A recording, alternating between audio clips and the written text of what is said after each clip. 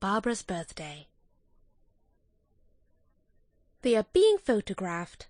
Names reading from left to right. Susan, Henry Dog, Barbara, Mrs. Perkins, Helen. Of course, they are not really being photographed, but Helen said, "Let's pretend that we are, and that it's going to be in the papers tomorrow." So she put one hand on Mrs. Perkins to show how fond she was of the cat, and took the other one off the table to show how well brought up she was, and said, "Go!" Well, you see what happened. Susan and Barbara weren't ready for it. They were both eating, and both had their elbows on the table. It would be a terrible thing if the photograph came out in the paper like that. Couldn't the man take another one? Helen said no, it was the last one he had. He had been taking photographs all the day of scenes in the village on the occasion of Miss Barbara's 6th birthday, and he only had 2 left when he came to the house.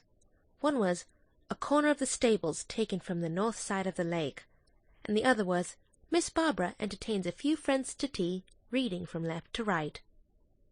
Barbara said, "Oh!" Susan said, "Well, I don't mind because it's not my birthday." Helen said, "It was the man's fault for taking all those ones in the village." Susan said, "My birthday's on April the 15th, and I'm 5, and Henry's 3, and his birthday's the same day as mine. Isn't that funny?" And Barbara said, "Well, I know I'm 6. Then they all began to eat again. But if Barbara was 6, where was the big birthday cake with 6 candles on it? Ah! You see, Barbara lived in a big town, and the doctor looked at her one day and said, Then he asked her to put out her tongue, and when he saw it, he said, "Tut, tut, tut." Then he put his fingers on her wrist and looked at his watch, and the watch was even worse than the tongue, for he said, "Come, come, this won't do." And just when Barbara was going to say, "Would you like to try my watch?" the doctor turned to Barbara's father and mother and said, "She wants a change." So it was decided that on Monday Barbara should take her nurse into the country for a change. "But what about my birthday?" said Barbara. "Will I be at home for my birthday?" Barbara's father brought out his pocket diary, and it was found that she couldn't get home again until 2 days after her birthday. "Never mind," said her mother. "You can have your birthday 3 days later this year, and a very extra special one to make up," said her father. So that was that, and Barbara didn't really mind a bit, because she loved being in the country, and she had her birthday to look forward to when she got home again. Now, there was a family living in the village called, I forget the name, and the family was Mr. and Mrs. Somebody, Helen Somebody, Susan Somebody, Henry Dog, and Mrs. Perkins.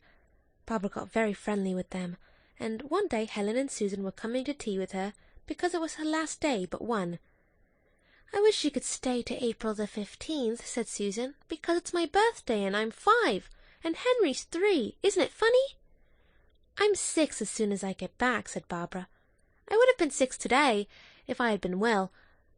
"Do you mean it's your birthday?" said Helen excitedly. Barbara explained how, because of having a change, she wasn't being 6 till 3 days later this year. "But you are 6, you are 6, said Helen, jumping up and down. "Isn't she, Susan?" Susan said, "I'm 5 on April the—" "Of course you're 6, so we must make it a birthday party. And please will you invite Mr. Henry Dog and Mrs. Perkins as well as us, so as to make it a big party?" Barbara promised, and when her guests arrived, Helen had brought some flowers to make the party look more exciting. She had also made up a rhyme to say. At least, she and her father had made it up between them, and Helen said it. "Barbara is 6 today, hooray, hooray, hooray, hooray." Then they all had tea, and Helen and Susan and Henry Dog and Mrs. Perkins thought it was a lovely tea. But all the time Barbara was saying to herself, "Only 3 more days, and then I shall have my real birthday."